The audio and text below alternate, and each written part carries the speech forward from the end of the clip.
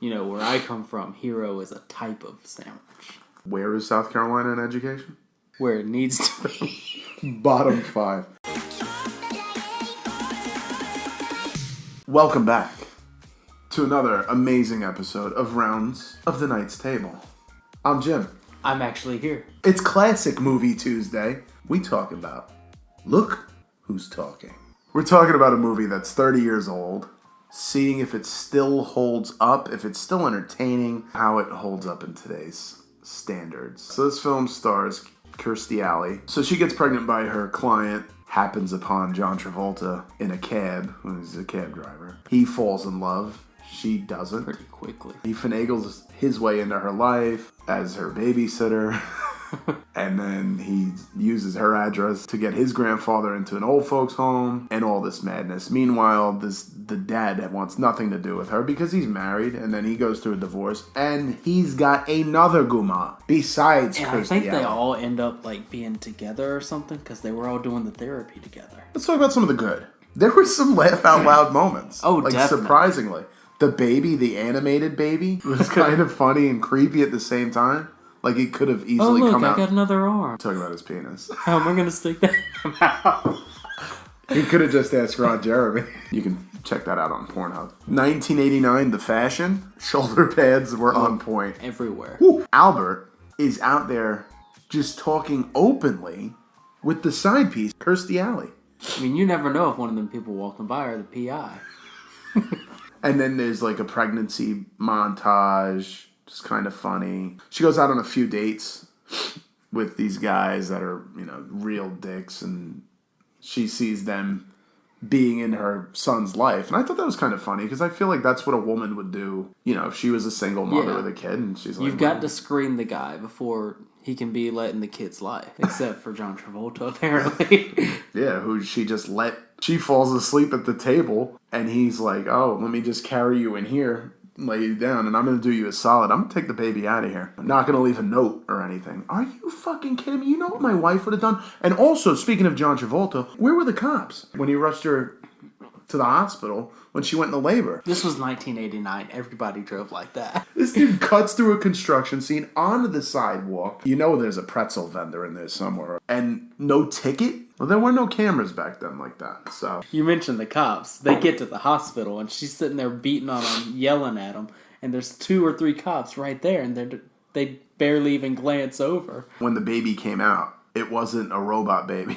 A Bradley Cooper robot baby. It looked like a newborn baby. It looked like Bruce Willis with Benjamin Button syndrome. Bald, wrinkly. So I think another one was when they have like a fight.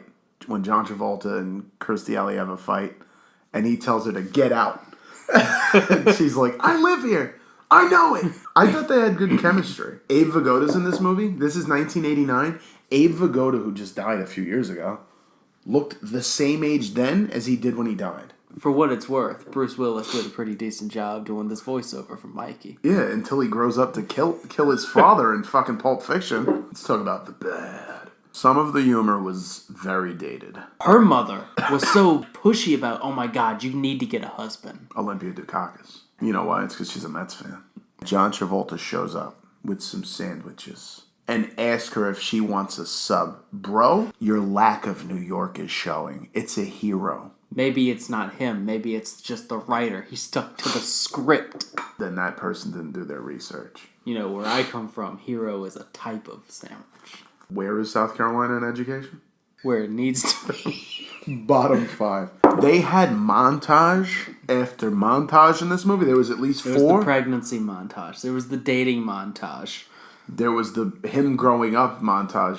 From him being newborn to him having a fucking full mouth of teeth and being 15 years old, but really only being 1. And walking around, driving cars, the usual thing. It had so many montages, it would make Rocky blush. And then she leaves him with a stranger again. She left him with Travolta, who is a semi-stranger, who was kind of stalkerish. She gets a date with an accountant, and she's like, hey, I'm just going to go in my room. I'll be right back. And leaves the kid on the couch with the stranger. Travolta shows up, and he gives him some bad hints. Eventually, she comes back out, and she's like, hey, Mikey. He's like, hey, Mikey.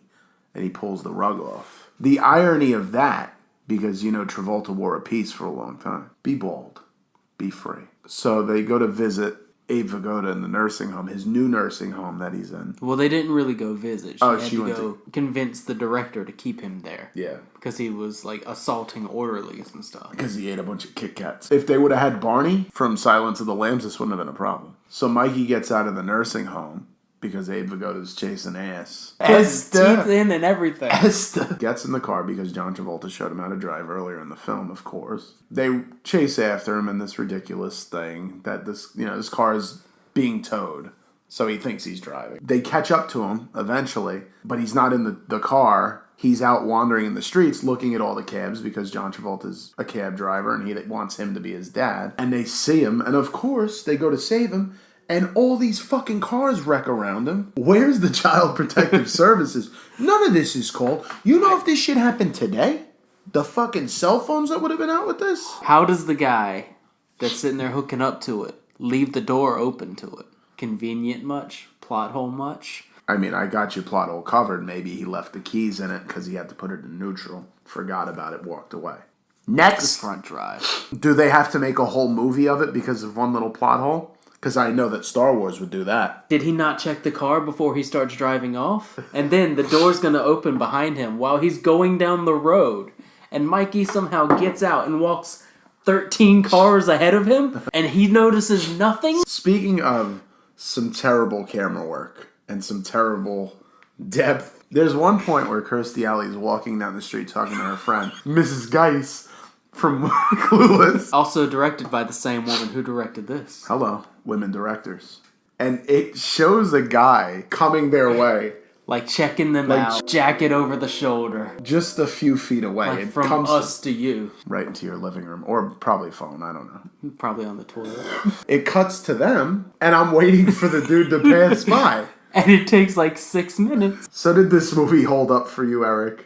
For a classic movie, 1989 movie, we're talking 30 years ago, how would you score Look Who's Talking? I've always liked Look Who's Talking. I don't think it would really live up to today's standards. I mean, that being said, that baby in the womb is still excellent. I would score it like a 6. Oh, for me, I put a 5.8 out of 10. Not a bad movie. I mean, it still has some enjoyable moments, but I'm not like, let me pull that one out of the closet. Yeah. Let me watch that. But we did that for you. I want to know what you guys think. You can watch it on Amazon for free. It's got some commercials, but it's not bad. They're only like 40 seconds a clip. Let us know if it still lives up to your hype, if you still love the movie, or if you fucking hated it from the beginning, and now you've watched it and you love it now. Hit those likes.